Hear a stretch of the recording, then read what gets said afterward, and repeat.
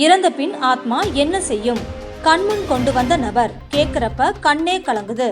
ஒருவர் இறந்த பின்பு அவ்வளவுதான் அவர் வாழ்க்கை முடிந்தது என்று அனைவரும் அடக்கம் செய்துவிட்டு சிறிது நாட்கள் அழுதுவிட்டு முடித்து விடுவார்கள். ஆனால் இறந்த உடலின் ஆத்மா மேலோகத்திற்கு சென்று என்னவெல்லாம் செய்கிறது என்பதை அப்படியே சொல்லிய சிவாச்சாரியர் கூறும் பொழுது மேல் சிலுக்குது, மேலும் கண் கலங்குது. இதற்குத்தான் அமாவாசையில் திதி கொடுக்கிறார்களோ? ஒரு மனிதனின் உடலில் இருந்து ஆத்மா பிரிந்த பிறகு அவற்றை யமதூதர்கள் யமதர்மனிடம் ஒப்படைப்பார்களாம். இறந்த உடல் 12 நாட்கள் தனது வீட்டிலே தான் சுற்றி கொண்டிருக்கும். அதாவது அவர்களின் ஆத்மா அவர்களின் உடலை பார்த்து அவர்கள் அழுவதோடு மேலும் உற்றார் உணவினர் சொந்த பந்தம் யாரெல்லாம் இவர்கள் உடலை பார்த்து அழுகிறார்கள் என்று அந்த ஆத்மா கவனிக்குமாம். 12 நாள் முடிந்து அவர்கள் எவ்வளவுத்திற்கு செல்லும் பொழுது பல நகரங்களை கடந்து செல்வார்களாம்.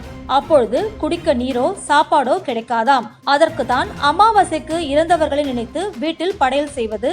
ஏனென்றால் இறந்த ஆத்மா ஒரு வருடத்திற்கு ஒரு முறை வீட்டுக்கு வருமாம். நமக்கு ஒரு வருடம் என்பது அவர்களுக்கு ஒரு நாள் கணக்காம். அப்படி வரும்பொழுது அவர்களுக்கு வீட்டில் நாம் அவர்களை நினைத்து வழிபட்டு படைக்கும் சாப்பாட்டை ஆவலுடன் சந்தோஷத்துடன் சாப்பிட்டு செல்வார்களாம். இப்படி சென்ற பிறகு யமலோகத்தில் யமதர்மர் கேட்பாராம், உங்கள் வீட்டில் இன்று சாப்பாடு கொடுத்தார்களா என்று. சிலர் வீட்டில் வைப்பார்கள், சிலர் வீட்டில் வைக்க மாட்டார்கள். அப்படி வைக்காவிட்டால் என்னுடைய வீட்டில் இன்று சாப்பாடு கொடுக்கவில்லை என்று கூறியவுடன் அவர்களது வீட்டில் யமதர்மன் பாவ கணக்கை ஏற்றி விடுவாராம். அப்படி மனம் குளிர்ந்து சென்று சாப்பிட்டவர்கள் புண்ணிய கணக்கில் இடம் பெறுவார்களாம். மேலும் அவர்களது வழி குடும்பமும் நன்றாக இருக்குமாம். இதுதான் அமாவாசையில் இருந்தவர்களை நினைத்து வழிபட வேண்டும் என்பதற்கு முக்கிய காரணம். முக்கியமாக 3 அமாவாசை பார்க்கப்படுகிறது. ஆவணி, புரட்டாசி, தை. ஆவணியில் வந்து புரட்டாசியில் தங்கி தையில் செல்வார்களாம் இறந்தவர்கள். எனவே மற்ற நாட்களில் அமாவாசை விரதம் பிடிக்க முடியாதவர்கள் இந்த அமாவாசை நாட்களை தவறவிடக் கூடாதாம். மேலும் இறந்த உடல் என்னென்ன பிரச்சனைகளை எல்லாம் அனுபவிக்கிறது, மேலும் அதற்கு என்னென்ன பரிகாரம் செய்தால் நமது வழி வம்சங்கள் சந்தோஷமாக வளரும் என்பதையும் கூறுகிறார் இந்த சிவாச்சாரியர். இறந்துட்டாரு அப்படின்னு சொல்லி ஹாஸ்பிட்டலுக்கு அனுப்பிடுறோம். அவன் வெட்டி பார்த்து எல்லாத்தையும் இது பண்ணிடுறான். அப்ப இந்த உடம்புல உள்ள இந்த ஆத்மா போன உடனே அடுத்த கணம் பாத்தீங்கன்னா அந்த யமதூதர்கள் போய் யம கிங்கணர்கள் யமபட்டினத்துல யமதர்மராஜா கிட்ட ஒப்படைக்கும் போது யமதர்மராஜா பாப்பாராம், இது சரியான ஆத்மா தானா அப்படின்னு சொல்லி. சரியான ஆத்மாவா இருந்தால் அந்த இடத்துக்கு அவர் சொல்லுவாராம், இந்த யம கிங்கணர்கள்ட்ட அந்த இடத்துல கொண்டு போய் அந்த உடம்பு இருக்கிற இடத்துல விட்டுட்டு 12வது நாள் என் எல்லைக்கு கூட்டிட்டு வா அப்படின்னு சொல்லி அந்த ஆத்மா அந்த உடம்புக்கு பக்கத்துல நின்று கொண்டு அழுது கொண்டே பாக்குமா. இந்த உடம்ப பார்த்து பார்த்து வளர்த்தனே, இந்த உடம்புக்குள்ள நான் உள்ளுக்க போக முடியலைன்னு சொல்லி வருத்தப்பட்டு அழுகுமா.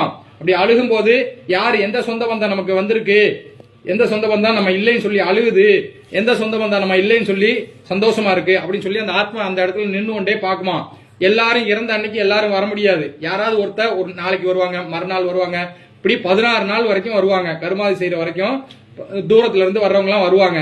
அதனாலதான் அந்த ஆத்மா அந்த 12 நாள் அந்த வீட்டுல இருக்குமா. 12வது நாள் அந்த எல்லையை நோக்கி நடக்க ஆரம்பிக்குமா. இப்படி நடக்கும்போது அந்த நமக்கெல்லாம் ஒரு வருடம்ங்கிறது அவங்களுக்கு ஒரு நாள் கணக்கு.